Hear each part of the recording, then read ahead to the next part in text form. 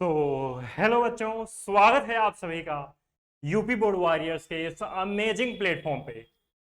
बच्चों, स्लाइड पे एक मोटिवेशनल कोट लिखा है, पहले इसको पढ़ेंगे, उसके बाद सिलेबस को देखेंगे और बाकी सारी चीज़ों को डिस्कस करेंगे। क्या कहते हैं कि मंजिलें भी जिद्दी हैं, रास्ते भी जिद्दी हैं। मंजिलें भी जिद्दी हैं, रास्ते भी जिद्दी हैं। देखते हैं कल क्या होगा, हौसले भी तो जिद्दी हैं। ठीक है साथियों, हौसले भी तो जिद्दी हैं।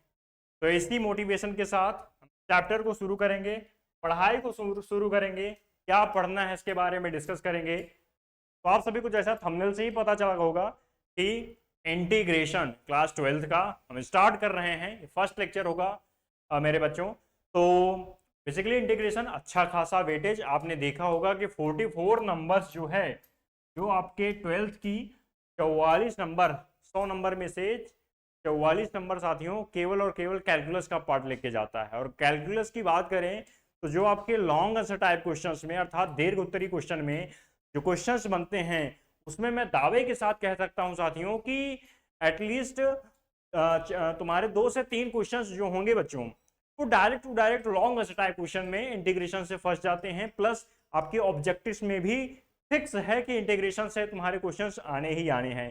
तो मैं बात करूं कि अगर 44 नंबर को मैं डिवाइड करता हूं एक कैलकुलस के पार्ट में, तो अच्छा खासा वेटेज आपका टोटल इंटीग्रेशन वाला पार्ट लेके जाता है बच्चों। तो ठीक है, पूरे जोश के साथ, पूरे एंथुसियाज्म के साथ चैप्टर को पढ़ेंगे, चैप्टर को डिस्कस करेंगे। एक एक बारीकियों को हम नजरअंदाज नहीं करेंगे, सबको एनालिसिस करेंगे, हर एक पॉइंट को समझेंगे। तो चलिए बच्चों शुरू करते हैं। देखिए मैंने हेडिंग डाल दी गई है, आपकी जो यूनिट है, आपका जो चैप्टर है वो है इंटीग्रल्स, इन हिंदी कॉल्ड एज समाकलन। ठीक है बच्चों, समाकलन कहलाता है। तो समाकलन के बारे में कुछ खास बातें हैं जिनको मैंने पहले एक लाइन में लिखा है, आपके लिए लिखा है, एक ड्रॉ किया है। तो पहले इसको पढ़ते हैं, फिर हम चैप्टर के बारे में बच्चों प्यार से डिस्कस करेंगे। ठीक है सर। तो देखिए इंटीग्रल्स, समाकलन, आप चैप्टर समझ गए कौन सा चैप्टर है। तो सबसे पहले माइंड में यही सवाल आएगा बच्चों कि समाकलन कहते किसको हैं, ये क्या है, इसका मीन क्या है। चलिए सब जल्दी से समझते हैं। तो सबसे पहले माइंड में बच्चों इस वर्ड का मतलब समझने की उत्कंठा हुई, जिज्ञासा हुई कि सर ये समाकलन का मीन क्या है। तो इसी का मीन जो है बच्चों यहाँ पर कुछ खास बातों में लिखी गई है। चलिए पढ़ते हैं। कह रहा है कि समाकलन को अवकलन के व्युत्क्रम प्रक्रम के रूप में भी परिभाषित किया जा सकता है। तो बेसिकली यहां पर बात आई बच्चों, एक रिलेटेड है समाकलन तुम्हारे अवकलन अर्थात डिफरेंशिएशन से। आई होप डिफरेंशिएशन वाला पार्ट आपने पीछे पढ़ रखा होगा, तभी के बाद आप समाकलन यहां पर पढ़ने हुए आए हैं बच्चों। ठीक है, तो टोटली यहां पर जो डेफिनेशन में कह रहा है बच्चों कि ये समाकलन को हम अवकलन के व्युत्क्रम प्रक्रम के रूप में भी परिभाषित किया जा सकता है। अर्थात जो अवकलन होगा बच्चों आपका, अवकलन का व्युत्क्रम अर्थात opposite of differentiation called as integration. ठीक है, तो अवकलन के व्युत्क्रम जो है आपका समाकलन कहलाता है। इसी से एक वर्ड, बहुत ही इंपॉर्टेंट वर्ड बच्चों निकल के आता है, जो आपके बोर्ड्स में डायरेक्ट टू डायरेक्ट हिट करता है, और वह वर्ड बच्चों इन हिंदी में बड़ा क्रिटिकल लगता है, और वो वर्ड है आपका प्रति अवकलज। कौन सा? प्रति अवकलज। तो ये बच्चों ये जो वर्ड है प्रति अवकलज, इसका भी मीन अगर आप डिफाइन करोगे तो वो आपके समाकलन से जाता है। समाकलन से ही बच्चों, अर्थात समाकलन का दूसरा नाम अगर बोलूं, दूसरे मेथड से जो क्वेश्चंस पूछ सकता है आपसे, वह नाम है बच्चों प्रति अवकलज। ठीक है, वह नाम है बच्चों प्रति अवकलज। तो यही बेसिकली दूसरे नाम से आपको समाकलन जो है पूछ सकता है। आई होप यहां तक की पॉइंट्स आपको क्लियर हुए होंगे। अगर आप चैप्टर पढ़ना शुरू कर रहे हो तो ये बेसिक क्रिस्टल पॉइंट आपको आई होप सब क्लियर होनी चाहिए। आगे हम बात करते हैं बच्चों इंटीग्रेशन में। तो फर्स्ट ऑफ ऑल इंटीग्रेशन आपने समझा कि हाँ, इंटीग्रेशन जो होगा वो डिफरेंशिएशन का अपोजिट होगा, जस्ट अवकलज का व्युत्क्रम अर्थात उसका उल्टा कहलाएगा। इसीलिए हम समाकलन को प्रति अवकलज के रूप में भी जानते हैं। ठीक है सर। उसके बाद बच्चों एक जो नोटेशन आता है इंटीग्रेशन का, वो है ये, और इसको मैं आपको ब्रीफ करके बताऊं। आपने पढ़ रखा होगा बच्चों समेशन अर्थात सिग्मा, आपने सिग्मा जो है जरूर से ही पढ़ रखा होगा। तो जो इंटीग्रेशन शुरू कर रहे हैं तो उसका नोटेशन क्या है, कैसे हम प्रतीक रूप में उसको दिखाते हैं समाकलन को, वो सारी बातें यहाँ पर हम समझेंगे। तो ठीक है, अभी चैप्टर का बेसिक ही है, फर्स्ट लेक्चर है, तो मैं आपको बताना चाहूंगा इन डेप्थ में कि बच्चों आपको ये जो समेशन का साइन दिख रहा है यहाँ पर, ठीक है, ये जो समेशन अर्थात कहीं कहीं पे सिग्मा बोला जाता है, सिग्मा का साइन आपको दिख रहा होगा। अगर इस सिग्मा को हम जो है ग्रेटेस्ट रूप में रिप्रेजेंट करें, अर्थात इसको हम बड़े रूप में दिखाना चाहें, तो आपका ये कुछ इस प्रकार जो है बन जाता है, कुछ इस प्रकार की इसमें डिजाइन बन जाती है। और यही जो रिप्रेजेंटेशन, यही जो आकार निकल के आता है बच्चों, यही कहलाता है आपका इंटीग्रेशन।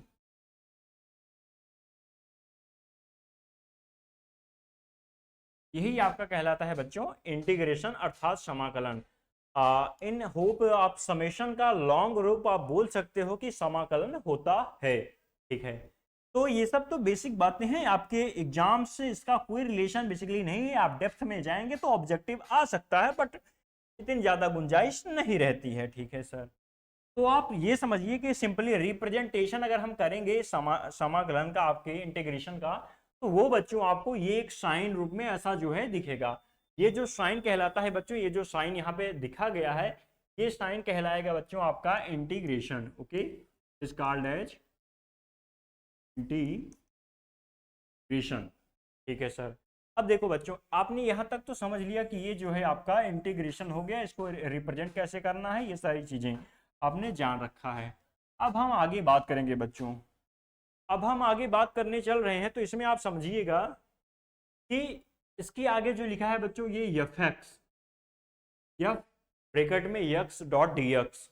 ओके, तो ये क्या है बेसिकली, तो मैं आपको बताना चाहूंगा, एफ मीन्स बच्चों फंक्शन, फंक्शन अर्थात कोई भी फलन की बात जब हो बच्चों, तो उसको हम जो है फलन को एफ एक्स के रूप में रिप्रेजेंट कर रहे हैं। अच्छा, ये बीच में यक्स जो आया, इसका भी एक मतलब है बच्चों। यक्स का मतलब ये है कि हमेशा आप ये नोटिस करके लिए, कुछ पॉइंट है जिनको मैं स्टार मार्क कर देता हूं, इसको आप डायरेक्ट अपने नोटबुक में बच्चों लिख लीजिए। फिर हम चूंकि क्वेश्चंस को करने गे, तो क्वेश्चंस को करने में ये सब की बहुत ज्यादा हेल्प करेगा ये बच्चों, ये हेल्प करेगा। हाँ, तो समझिए एफ एक्स, तो एफ एक्स को आप y भी कहते हो, अर्थात y बराबर एफ एक्स, या एफ एक्स लिख दो या y लिख दो, बात सेम रहती है।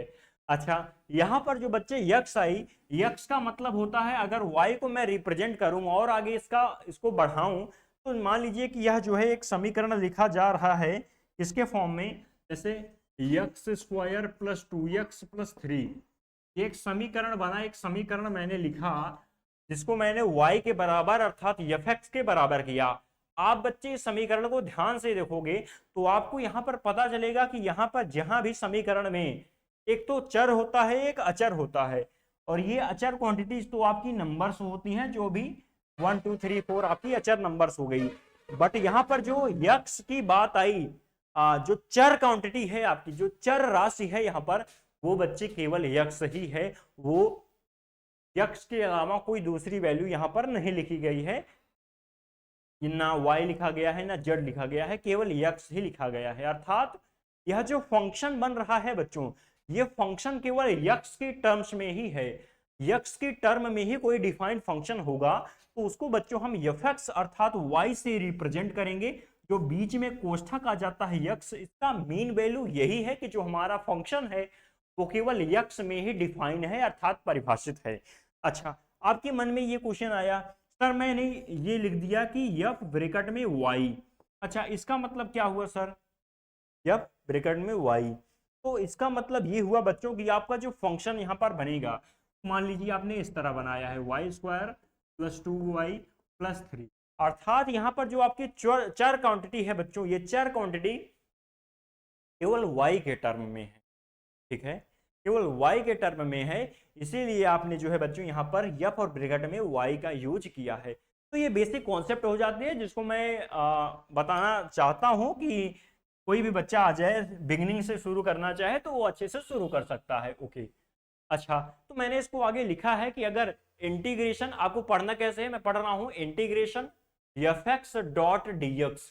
तो ये डॉट डी एक्स जो है आपने पीछे चैप्टर्स में पढ़ रखा होगा। ये डी एक्स अर्थात रिप्रेजेंट करता है डिफरेंशिएशन को, डिफरेंशिएशन को बच्चों ये रिप्रेजेंट करेगा।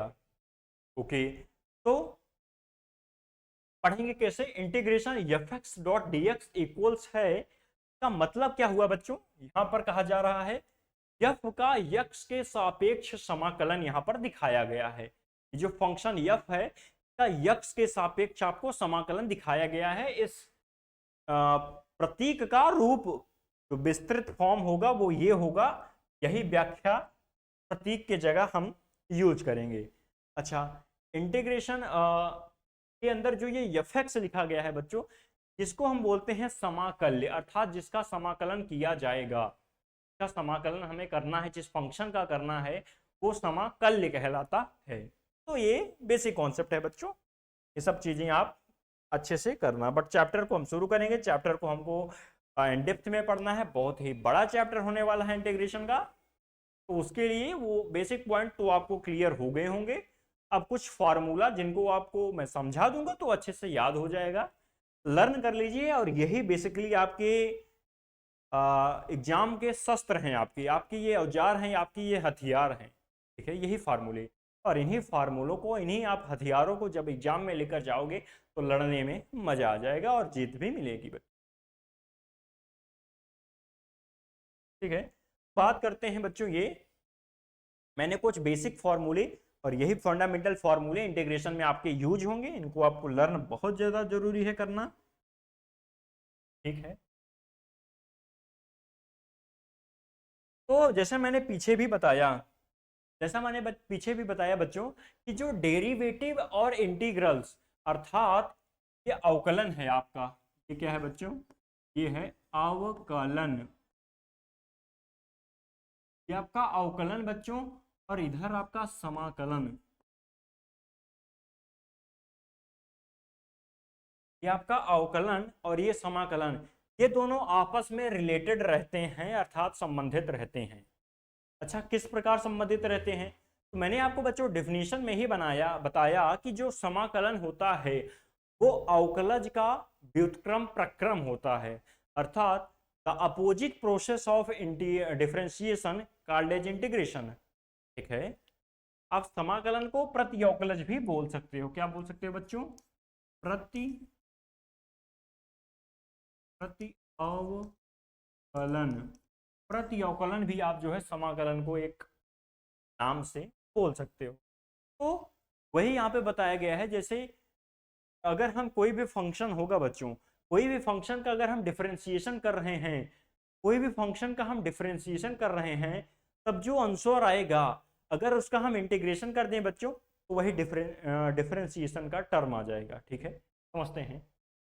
देखिए यहाँ पे डी बाई डी एक्स बच्चों आपने पीछे पढ़ चुका होगा, ये टर्म होती है डिफरेंशिएशन की। डी बाई डी एक्स जो है रिप्रेजेंट करता है कि हम किसी फंक्शन का डिफरेंशिएशन अर्थात अवकलन कर रहे हैं। तो ये हम जो है बच्चों, ये रिप्रेजेंट कर रहा है कि हम कोई फंक्शन का जो है अवकलन कर रहे हैं। D by D x of X की power N, D by D x of X, D by D x of sine X. ठीक है सर। अच्छा, अब ये जो रिप्रेजेंट कर रहा है, ये जो सिग्मा का लार्जर फॉर्म है, ग्रेटेस्ट फॉर्म है, ये रिप्रेजेंट कर रहा है बच्चों इंटीग्रेशन को। अच्छा, तो यहाँ पे ध्यान देने की बात ये है बच्चों कि मैंने कहा differentiation is the opposite of integration. तो जैसे मैंने D by D x of x की पावर यन किया, यक्स कोई भी संख्या हो सकती है, कुछ भी चर हो सकता है, और यन जो है कोई भी आपकी नेचुरल नंबर या कुछ भी हो सकता है, कोई भी नंबर हो सकती है। तो D by D x of x की पावर यन क्या होगा बच्चों, ये बेसिकली फार्मूला है, आप 2-3 बार समझोगे और क्वेश्चंस में यूज करोगे तो आपको एब्सोल्युटली लर्न हो जाएगा। Sir, D by D x of x की पावर यन बच्चों क्या होता है कि अगर कोई भी संख्या यक्स है, चर है, और चर की पावर में है, तो उसमें क्या होता है कि घात आपकी पहले आ जाएगी। ठीक, घात आपकी पहले आ गई और घात में से एक घट जाएगा, n minus 1। D by D x of x की पावर n बराबर होगा बच्चों एन एक्स की पावर n माइनस 1। ठीक है, घात पहले आ जाएगी और घात में एक संख्या घट जाएगी। ये बच्चों इसी प्रकार D by D x of x, कोई भी चर संख्या है, यहाँ पर पावर नहीं लगी है बच्चों, यहाँ पर पावर नहीं लगी है, D by D x of x बराबर हो जाएगा 1 के। ये आपको एग्जैक्ट जो है इंपॉर्टेंट चीज हो जाती है, आपको लर्न ही करनी पड़ेगी जी। इसी प्रकार बच्चों D by D x of sine x, अर्थात हम साइन एक्स का डिफ्रेंसिएशन कर रहे हैं, तो बच्चों आ रहा है हमारे पास cos X. D by D x of sine X बराबर हो जा रहा है कॉस एक्स के। और जस्ट इसका अपोजिट आप यहाँ पे देखोगे बच्चों, तो यहाँ पे क्या हो रहा है कि integration cos x into D x, यहाँ पर साइन एक्स का हमने डिफ्रेंसिएशन किया तो कॉस एक्स आया, और हम यहाँ पर कॉस एक्स का इंटीग्रेशन कर रहे हैं तो यहाँ पर साइन एक्स आ जा रहा है, प्लस एक वैल्यू आती है बच्चों इंटीग्रेशन में प्लस सी, और सी का मतलब होता है कांस्टेंट, ठीक है, नियतांक। ये सी हमेशा बच्चों इंटीग्रेशन में यूज होगा, आपको लगाना पड़ेगा। और इस सी की मैं आपको वैल्यू बता दूं, ये कांस्टेंट एक नियतांक होता है जिसको हम बच्चों समाकलन नियतांक बोलते हैं, इंटीग्रेशन कांस्टेंट बोलते हैं। समाकलन नियतांक हमेशा यूज होगा बच्चों, और जो है इंटीग्रेशन के बाद ये सी जो है लगा करेगा, ये जनरली सी बात है। यहाँ पर ध्यान से देखोगे बच्चों कि अगर मैंने साइन एक्स का डिफरेंशिएशन किया तो मेरा कॉस एक्स आ रहा है, और उसी जगह मैंने कोस एक्स का इंटीग्रेशन कर दिया तो मेरे पास साइन एक्स आ जा रहा है। अब समझ पा रहे होगी, मैंने कहा था कि integration is the opposite function of differentiation, अर्थात समाकलन जो है अवकलन का व्युत्क्रम होता है, उल्टा होता है। सेम वही चीजें यहाँ पर प्रोसेस हो रही है बच्चों। इसी प्रकार D by D x of cos X minus sine X हो गया, integration minus sine X cos X आ गया। ठीक है, आपको लर्न करना पड़ेगा कि कॉस एक्स का माइनस साइन एक्स होता है और माइनस साइन एक्स का कॉस एक्स हो जाता है। D by D x of tan X का सेक स्क्वायर एक्स, अब जैसे सेक स्क्वायर एक्स का इंटीग्रेशन कर दिया तो वो टेन एक्स आ गया। ये जनरल टर्म है बच्चों जो आपके एनसीईआरटी बुक में दे रखी होगी, आपको ये अच्छे से लर्न कर लोगे तो आपको चैप्टर जो है अच्छे से कंप्लीट हो जाएगा। स्क्रीनशॉट ले लीजिए, फिर आगे चलते हैं। ठीक है,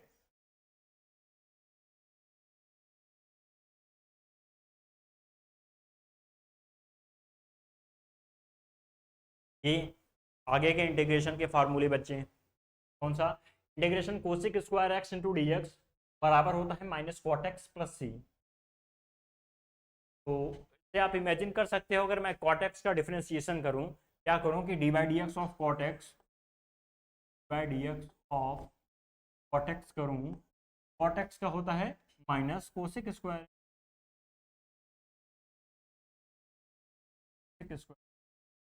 हो जाएगा। है यानी आपको ये जो है अगला formula, integration cosec square x d x minus cot x plus c, constant integration constant समाकलन नियतांक, integration sec x into tan x d x बराबर हो जाएगा सेक एक्स के, integration cosec x into cot x d x हो जाएगा minus cosec x plus c के, और इसी प्रकार integration d x upon under root one minus x square equals to sine inverse x plus C, integration d x upon under root one minus x square minus cos inverse x plus c. ये basically फार्मूले हैं, आपको बच्चों ये learn absolutely करने ही पड़ेंगे। उसके बाद जो है आप अच्छे से क्वेश्चंस इंटीग्रेशन के जल्दी से आप कर सकते हो। ठीक है, फास्टली करना होगा तो आपको ये बेसिकली क्वेश्चन लगाते लगाते आपको लर्न भी हो जाएगा, बट पहले से कुछ लर्न करना पड़ेगा। तो ये चीजें हो गई कंप्लीट, फॉर्मूले हो गए, ये सारी चीजें हो गई। अब हम पढ़ेंगे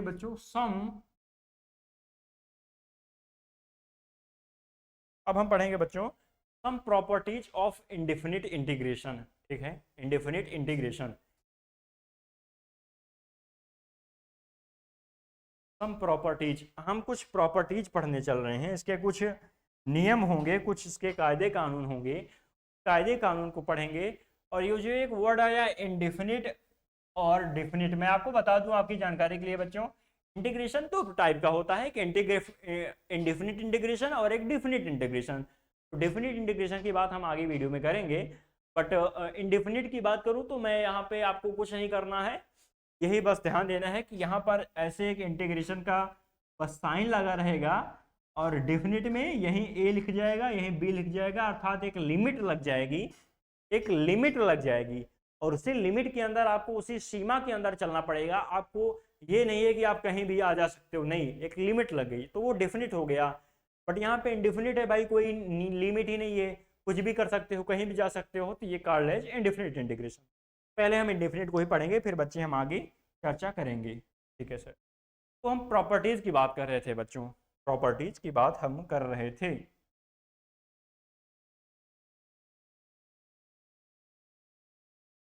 ठीक है। बेसिक प्रॉपर्टीज में पहली प्रॉपर्टी आप देखिए बच्चों, यहां पर कह रहा है D by D x, D by D x किया गया, अर्थात यहां पर बच्चों डिफरेंशिएशन किया गया। क्या किया गया? डिफरेंशिएशन। अगर डी बाई डी एक्स लिख गया तो यहाँ पर डिफरेंशिएशन कर रहा है। अच्छा, यहाँ पर डिफरेंशिएशन भी हो रहा है और अगली लाइन में यहाँ पर इंटीग्रेशन भी बच्चों दिख रहा है आपको। D by D x integration F x dot D x बराबर एफ एक्स। अर्थात आप देख रहे होगे कि कोई फंक्शन है, कोई फंक्शन का अगर हम इंटीग्रेशन भी कर दें और डिफरेंशिएशन भी कर दें, कोई भी फंक्शन है जनरली, उसका मैंने पहले इंटीग्रेशन कर दिया और फिर मैंने डिफरेंशिएशन कर दिया, तो फिर से बच्चों वही फंक्शन मेरे पास आ जाएगा, उसमें कुछ भी चेंजिंग नहीं होने वाली है। क्या आप समझ के चलिए, जैसे dx है, dx यहाँ पे कट जाएगा। ठीक है, dx नीचे नीचे कट गया और यहाँ पे देखिए कि बच्चों क्या बचा, d बचा और एक इंटीग्रेशन बचा। इंटीग्रेशन के अंदर लिखा है F x dot D x.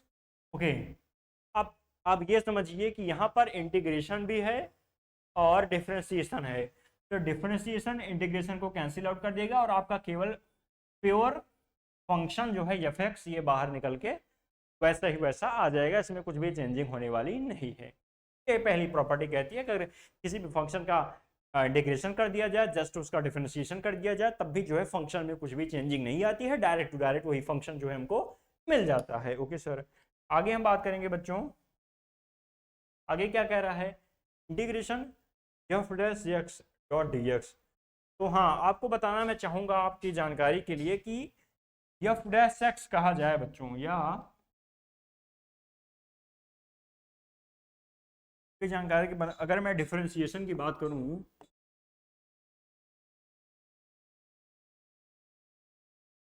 अगर मैं डिफरेंशिएशन की बात करूँ बच्चों, डिफरेंशिएशन को रिप्रेजेंट करेंगे D by D x of F x. ये भी एक रिप्रेजेंट, फर्स्ट रिप्रेजेंट टाइप होता है डिफरेंशिएशन का।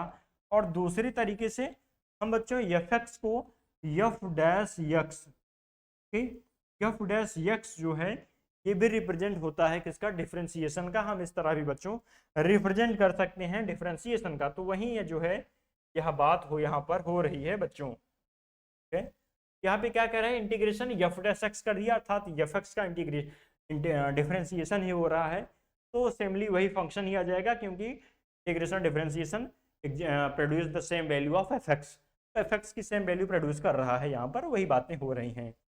आगे जो थर्ड प्रॉपर्टी आती है बच्चों, थर्ड प्रॉपर्टी में क्या कह रहा है कि इंटीग्रेशन हो रहा है, इंटीग्रेशन ऑफ, यहाँ पर ब्रैकेट में लिखा है एफ एक्स प्लस जी एक्स डॉट डी एक्स, यानी एक फंक्शन एफ एक्स है प्लस एक फंक्शन जी एक्स है, ये दोनों आपस में कंबाइंड है और इनका बाहर से इंटीग्रेशन करना है।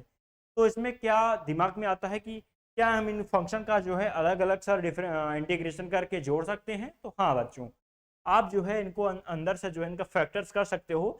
वो अलग लिख लिया, एफ एक्स का इंटीग्रेशन अलग कर दिया और जी एक्स का इंटीग्रेशन अलग कर दिया और उनको जो है बीच में प्लस साइन लगाकर जोड़ दिया, तो ये भी एक वैल्यू हो सकती है। और एक दूसरा जो मोस्ट इंपॉर्टेंट आपकी प्रॉपर्टी हो जाएगी बच्चों, क्या कह रहा है कि इंटीग्रेशन के अंदर है, क्या है बच्चों कि इंटीग्रेशन के अंदर जो है के dot F x dot D x है। के क्या होगा बच्चों? के कोई भी कांस्टेंट संख्या होगी, कांस्टेंट, कोई भी कांस्टेंट नंबर होगा और कांस्टेंट नंबर का मुझे फंक्शन से मल्टीप्लाई करके इंटीग्रेशन करना था। तो यहाँ पर ये प्रॉपर्टी निकल के आ रही कि कह रही है प्रॉपर्टी कि कांस्टेंट को हम बाहर निकाल सकते हैं किसके? इंटीग्रेशन की। इंटीग्रेशन को मैंने यहाँ लिख दिया और कांस्टेंट को बाहर लगा दिया, तो कांस्टेंट मेरा बच्चों बाहर आ गया और इंटीग्रेशन अंदर रह गया, इंटीग्रेशन डॉट एफ एक्स। यानी कुल मिला के ये कि कांस्टेंट जो होगा वो इंटीग्रेशन के बाहर आ जाएगा और फंक्शन का हम सिंपली इंटीग्रेशन कर देंगे, उसमें कोई चेंजेस नहीं होने वाली। तो ये बेसिकली प्रॉपर्टी होने वाली है बच्चों। आई होप आपको कुछ ना कुछ तो समझ में आया ही होगा। ये प्रॉपर्टी बेसिकली आप समझना बहुत जरूरी हो जाती है। उसके बाद तो हम क्वेश्चंस को करेंगे और क्वेश्चन को इन डेप्थ में करेंगे। आपसे प्रॉपर्टी तो नहीं पूछी जाएगी एग्जाम में, बट हाँ क्वेश्चन पूछा जाएगा और आप क्वेश्चन का जो है आंसर देते चलिएगा, बस बात खत्म। ठीक है बच्चों, चलिए फटाफट अच्छे अच्छे क्वेश्चंस कर लेते हैं। आपके एनसीईआरटी के कुछ जो है एग्जांपल्स हैं उनको मैं लिख रहा हूं और उन क्वेश्चंस को हम करेंगे। तो सबसे पहले एग्जांपल 1,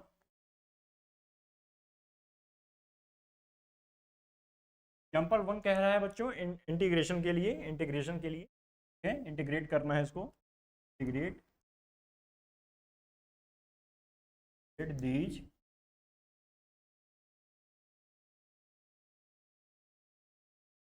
इंटीग्रेशन करना है इन फंक्शंस का बच्चों। ठीक है, फंक्शंस दे रखा है आपका, फर्स्ट फंक्शन है cos 2x, सेकंड फंक्शन है बच्चों आपका 3x² प्लस 4x³ और थर्ड फंक्शन है बच्चों आपका 1/x। क्या करना है बच्चों, आपको इसका करना है इंटीग्रेशन।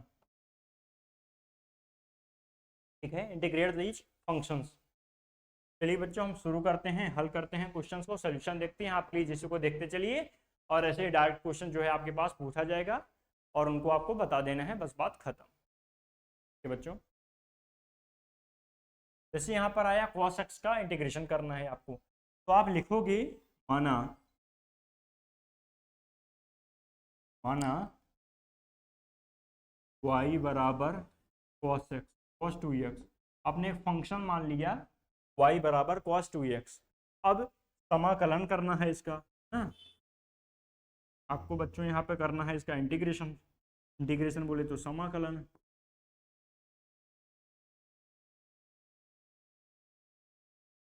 समाकलन करने पर क्या हम करेंगे बच्चों, इंटीग्रेशन अर्थात समाकलन। समाकलन में हम क्या लिखेंगे, इंटीग्रेशन y डॉट dx। अच्छा, अब इंटीग्रेशन के अंदर हम बच्चों y की वैल्यू पुट करेंगे। ठीक है, y की वैल्यू क्या है, y की वैल्यू है बच्चों cos 2x,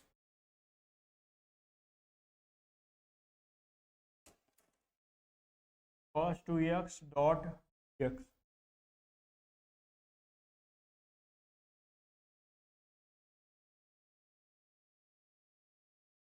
तो आपको पीछे पढ़ रखे होंगे कि cos x का इंटीग्रेशन क्या होता है।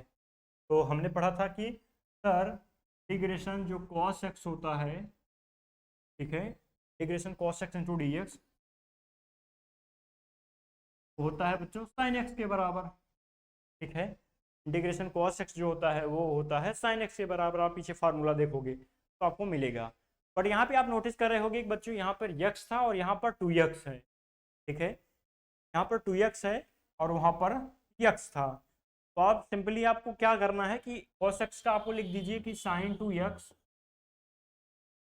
और ये जो 2 वैल्यू आ गई तो आप हाफ में लगा दीजिए, यानी 2 मल्टीप्लाई में जो था आपको केवल यहाँ पर मैं बेसिकली एक फंक्शन आएगा जिसको हम प्रतिस्थापन विधि द्वारा सॉल्व करेंगे, वो सब हम देखेंगे। बट जो एग्जांपल्स हैं उनको मैं इंटीग्रेशन समझने की बात कर रहा हूँ, इंटीग्रेशन आप समझिए। बाकी ये भी वैल्यू जो आ गई है यहाँ पर, तो इसको केवल क्या करना है आपको, यहाँ पर एंगल के साथ मल्टीप्लाई में था, आपको यहाँ पर जब इंटीग्रेशन कर दोगे तो आपको डिवाइड में रख देना है, बस आप इतना अभी जानकर चलिए।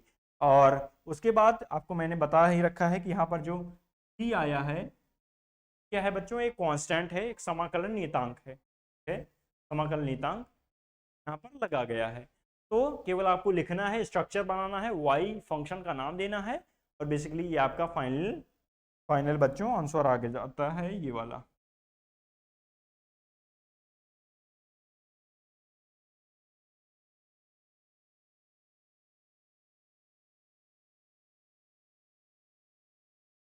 हम्म, ये आपका फंक्शन आ जाता है। अगली क्वेश्चन जो है 3x² प्लस 4x³। ये क्वेश्चन अपने पास है बच्चों। क्वेश्चन जो दूसरा क्वेश्चन है कह रहा है 3x² प्लस 4x³ क्या क्या करना है बच्चों, इसका करना है अपने अपने इंटीग्रेशन, समाकलन ज्ञात कीजिए।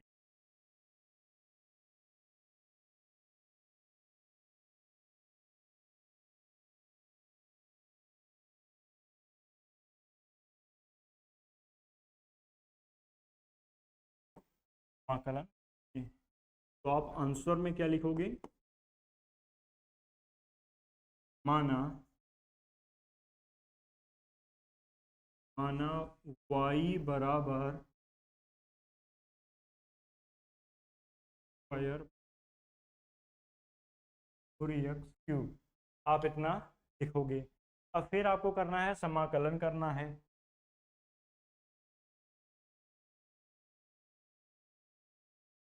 समाकलन करने पर बच्चों समाकलन करना है। समाकलन को मैंने आपको बताया कि आपको लिखना डिनोट कैसे करना है।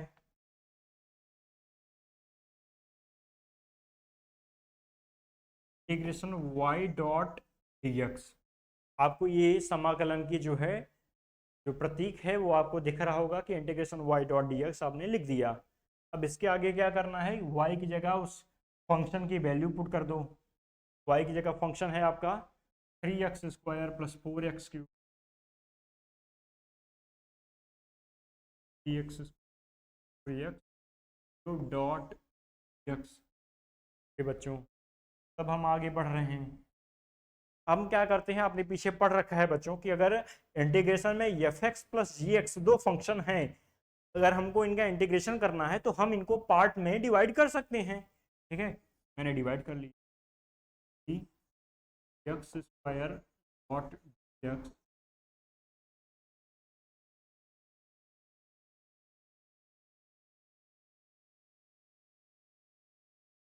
अलग अलग मैंने कर लिया है। अब फिर हम इनको आगे हम करेंगे। आगे फिर एक हमने रूल पढ़ा था बच्चों, ठीक है, आपको याद होगा वो रूल हमने पढ़ा था कि इंटीग्रेशन के अंदर इंटीग्रेशन के डॉट dx सॉरी के fx डॉट dx होगा। अर्थात कोई भी फंक्शन है यहाँ पर हमारे पास fx बच्चों, और fx का जो है मल्टीप्लाई हो रहा है k के साथ, अर्थात ये क्या है, कोई कांस्टेंट है, कोई भी कांस्टेंट है। ये कांस्टेंट जो है बच्चों ये आपका बाहर आ जाएगा और इंटीग्रेशन में fx डॉट dx लिखा रहेगा। वही सेम चीज यहाँ पर 3 बच्चों एक कांस्टेंट की तरह वर्क कर रहा है, हम 3 को बाहर निकाल लेंगे। हम इंटीग्रेशन करेंगे x² डॉट dx का, हम यहाँ पर 4 को बाहर कर लेंगे बच्चों और इंटीग्रेशन करेंगे x³ डॉट dx का। चलिए आगे मैं यहाँ पर इसको बता देता हूँ इस स्पेस में बच्चों।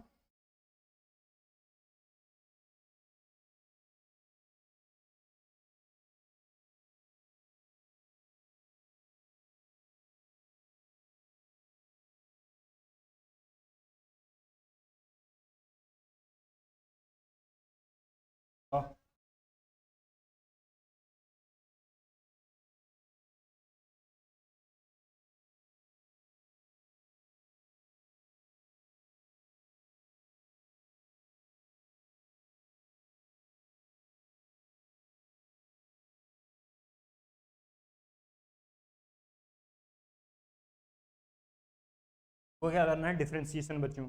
डिफ्रेंसिएशन 3 मैंने यहाँ पुट कर दिया, और ये जो x² dx है ये क्या होता है, हमने पढ़ रखा है कि इंटीग्रेशन x⁴n इंटू dx क्या होगा, घात में जुड़ जाएगा (2 + 1) और घात से भाग हो जाएगा।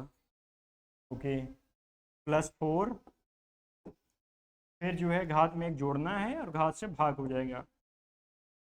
ये बेसिक टर्म्स कैंसिल आउट हो गया, x⁴ + x⁴ प्लस c जो है आपका फाइनल आंसर जो है यहाँ पर बच्चों आ गया कि x⁴ + x⁴ प्लस c जो है ये आपका इस इंटीग्रेशन का समाकलन बच्चों आ गया। तो ये मैंने आपको कॉन्सेप्ट पढ़ाया, आपको फॉर्मूले बताया, क्या बेसिक फंडामेंटल फॉर्मूले हो सकते हैं जिनको आपको लर्न करना ही पड़ेगा। फिर हम चैप्टर को आगे पढ़ेंगे। तो फॉर्मूले और ये कॉन्सेप्ट आप पहला लेक्चर में आप समझ के चलिए, plus NCERT based on NCERT में आपको पढ़ा रहा हूँ, तो एनसीईआरटी आप देखते चलिए, फॉर्मूले यहाँ पर लर्न कर लीजिए। बाकी सारे क्वेश्चंस के प्रैक्टिस और डीपली में, जैसे ये क्वेश्चन बताया कि आपको बोर्ड कॉपी में बच्चों कैसे लिखना है, कि नंबर तो आपको लिखने पर ही मिलेगा ना, बोर्ड कॉपी में कैसे लिखना है वो सारी चीज़ें आगे पढ़ते रहेंगे बच्चों। मिलते हैं नेक्स्ट वीडियो में आगे के लेक्चर के साथ, तब तक के लिए धन्यवाद।